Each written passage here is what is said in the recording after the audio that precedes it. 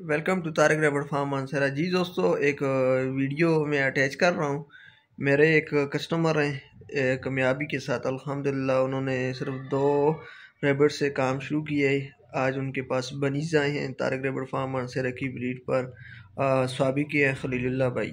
आगे वीडियो आपने पूरी देखनी है। इसी तरह आप भी एक पार्ट टाइम बिजनेस का आगाज़ कर सकते हैं तारिक रैबिट फार्म मानसरा से। घर बैठे 30 से 40 हज़ार रुपये कमा सकते हैं। अस्सलाम वालेकुम वरहमतुल्लाह। तारिक भाई, क्या हाल है? ठीक है। ये आपकी वाली ब्रीड फ़ीमेल ने माशाल्लाह आज बच्चे दिए थे। 5-6 बच्चे हैं, 6 या 7 हैं। ठीक है,